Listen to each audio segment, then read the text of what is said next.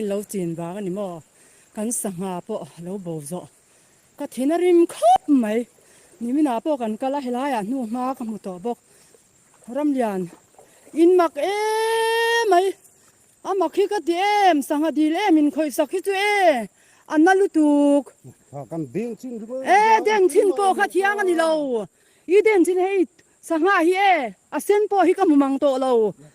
tuôn chẳng in khơi to lâu cái gì ni mi na po ik pakhan ma man lo po ni la helai a hian eng wangin nge le ni den karil ru hi na em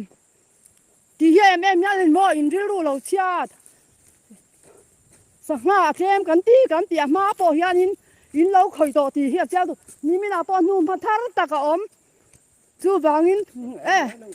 chu wangin a voi na chang ani lo ti hi chiang to chú vàng cho anh đi im mặc mà in ngoài bụi về nó xa tiếng tắm tất cả tiếng thì sẽ được chứ ít tìm mặc mà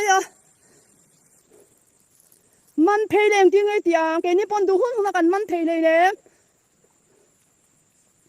hey sang hạt sen mù tù bom to lâu với khát châu hiến thì to lâu thì hi cần chiang á ai thì chín nó bỏ thì sẽ làm ô các ngày đàn hin thì lâu khóc mấy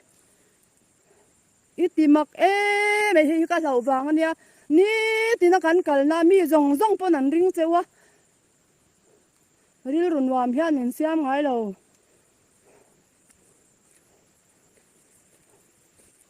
ít tìm mặc lẽ mấy hết tiếng ăn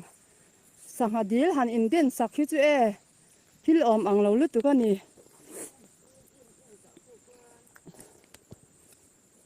sang ha po hi kan da trewa in seveka in muvek nun moya pona seveka CCTV po kan da chiang khopang kalung hi oi to thot lo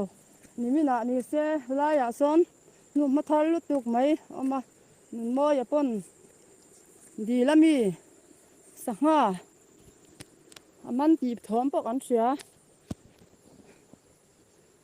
thì mặc lẽ mày